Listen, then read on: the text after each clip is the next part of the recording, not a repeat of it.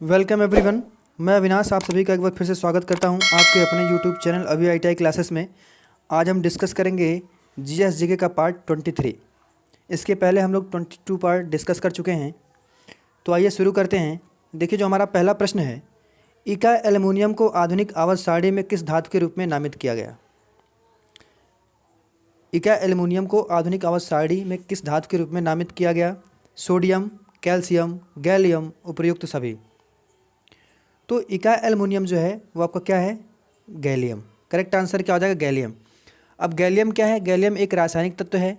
यह प्रकृति में किस में मिलता है? शुद्ध रूप में नहीं मिलता, लेकिन इसके यौगिक कौन है? बॉक्साइट और जस्ते के खनिजों में अल्प मात्रा में पाए जाते हैं। ठीक है, इसमें बॉक्साइट और जस्ते के खनिजों में अल्प मात्रा में पाए जाते हैं। इसका उपयोग कहाँ किया जाता है? इसका उपयोग किया जाता है प्रकाश उत्सर्जक डायोड, यानी कि लाइट इमिटिंग डायोड में। ठीक है, जिसको हम लोग बोलते हैं LED। LED में इसका प्रयोग किया जाता है।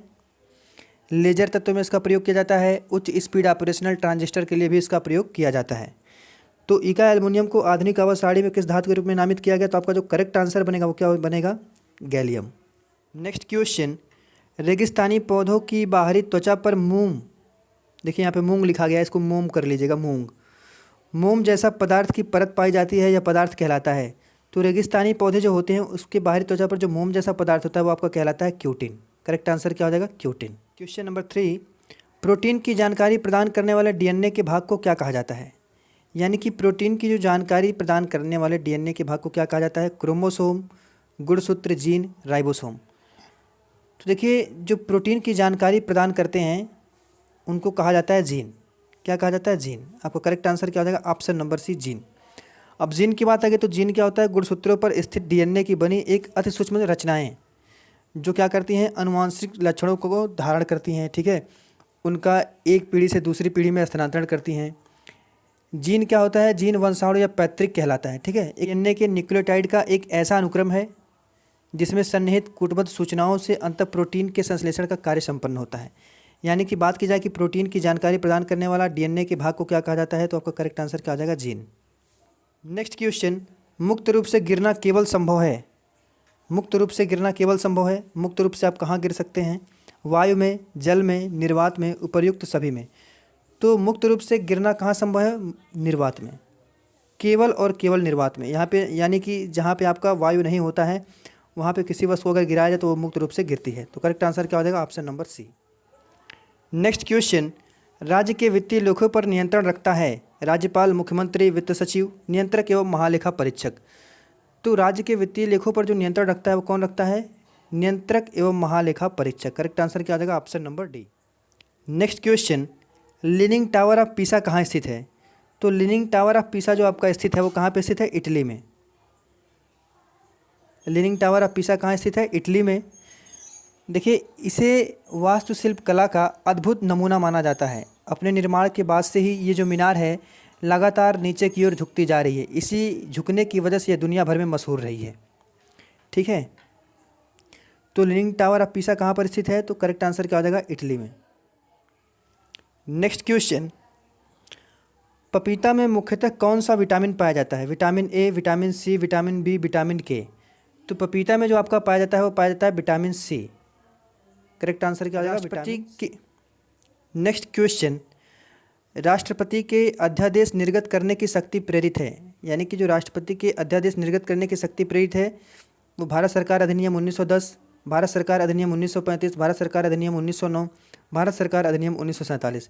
तो करेक्ट आंसर क्या हो जाएगा? भारत सरकार अधिनियम 1935 के द्वारा अध्यादेश निर्गत करने की शक्ति प्रेरित है। नेक्स्ट क्वेश्चन, यामिनी कृष्णमूर्ति का संबंध है।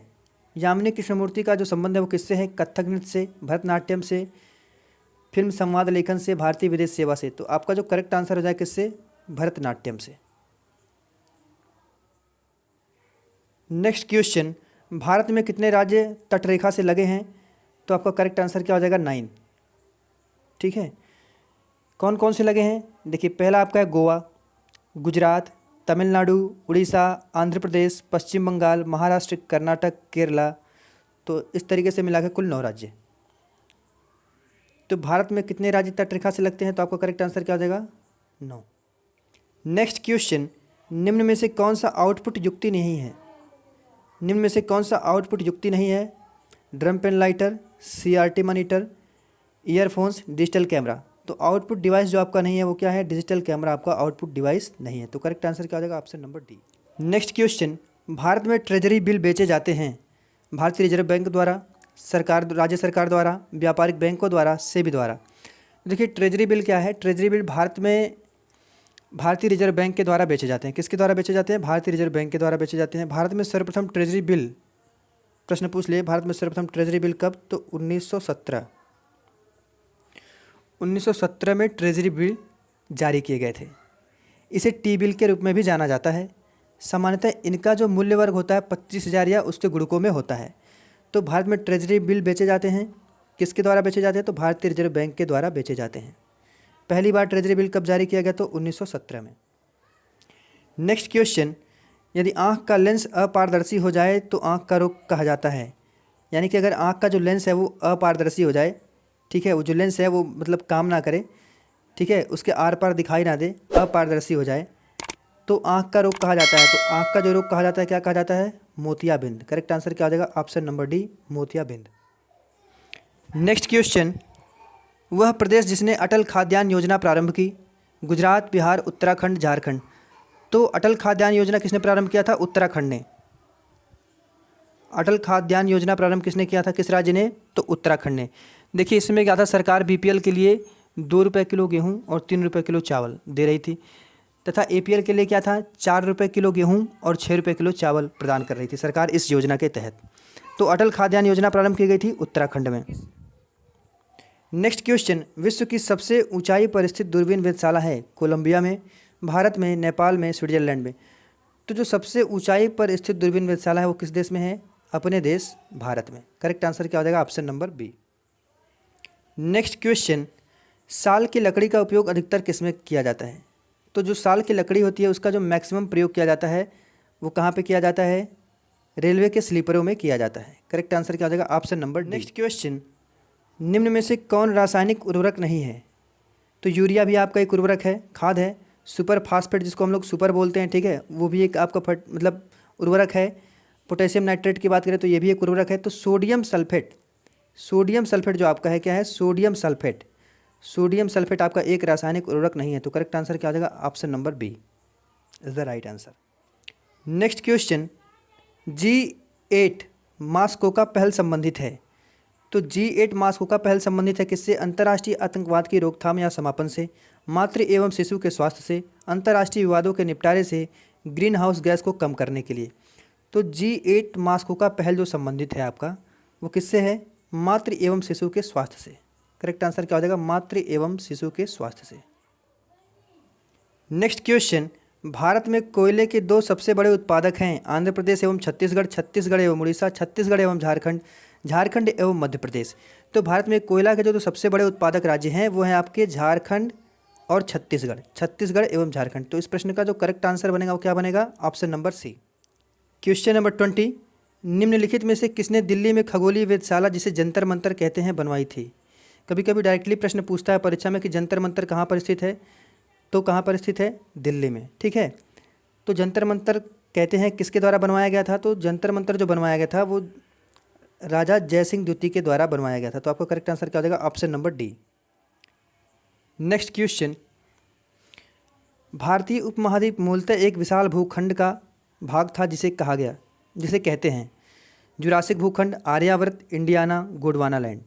तो भारतीय उपमहाद्वीप मूलतः एक विशाल भूखंड का भाग था जिसे कहते हैं गोंडवाना लैंड। आपका जो करेक्ट आंसर हो जाएगा क्या हो जाएगा? Gondwana land.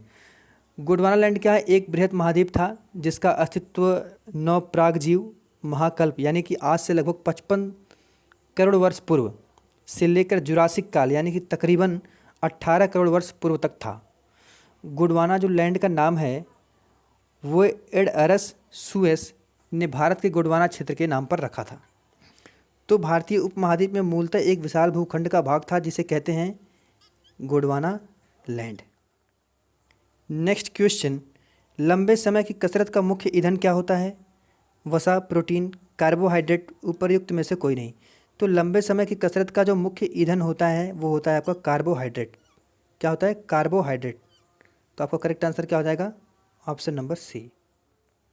Next question, election atlas of India किसकी कृति है? अविनाश पालीवाल, आर के ठुकराल, उमादास गुप्ता, संजय हजारिका। तो आपका जो करेक्ट आंसर हो जाएगा क्या हो जाएगा? आर के ठुकराल के द्वारा इलेक्शन एटलस ऑफ इंडिया लिखा गया है। Question number 24, most important question, tiger परियोजना शुरू की गई थी। तो टाइगर परियोजना की अगर हम बात करें तो टाइगर परियोजना जो शुरू की गई थी वो 1973 यानी कि 1973 में शुरू की गई थी, जिसको हम लोग बोलते हैं बाघ बचाओ परियोजना। इसकी शुरुआत कब की गई थी? 7 अप्रैल, डेट याद रखिएगा, 7 अप्रैल 1973 में टाइगर परियोजना की शुरुआत की गई थी। इसके अंतर्गत क्या था? आरंभ में 9 बाघ अभयारण्य बनाए गए थे, जिनकी संख्या आज बढ़कर 50 हो गई है। ठीक है, तो इस प्रश्न का जो करेक्ट आंसर हो जाएगा, टाइगर परियोजना शुरू की गई थी तो कब शुरू की गई थी? 7 अप्रैल 1973 को। Last question of the video, Allahabad स्तंभ शिलालेख को किसने लिखा था? इलाहाबाद स्तंभ शिलालेख को किसने लिखा था? जेम्स प्रिंसेप, हरिसेन, दयाराम साहनी, इनमें से कोई नहीं। तो इलाहाबाद का जो स्तंभ है, जिसको प्रयाग प्रशस्ति कहा जाता है, गुप्त राजवंश के सम्राट समुद्रगुप्त के दरबारी कवि, समुद्रगुप्त के दरबारी कवि किसने? हरिसेन ने इसको लिखा था। इसे अशोक स्तंभ पर खुदवाया गया था। इनमें उन राज्यों का वर्णन है जिनमें समुद्रगुप्त से जिन्होंने युद्ध किया और हार गए और समुद्रगुप्त के अधीन हो गए। तो जब भी बात की जाए इलाहाबाद स्तंभ के शिलालेख को किसने लिखा था, तो किसने लिखा था? समुद्रगुप्त के दरबारी कवि हरिसेन ने। तो करेक्ट आंसर क्या हो जाएगा? Option number B. आज के लिए इतना ही, फिर हाजिर होंगे नए वीडियो के साथ। जय हिंद।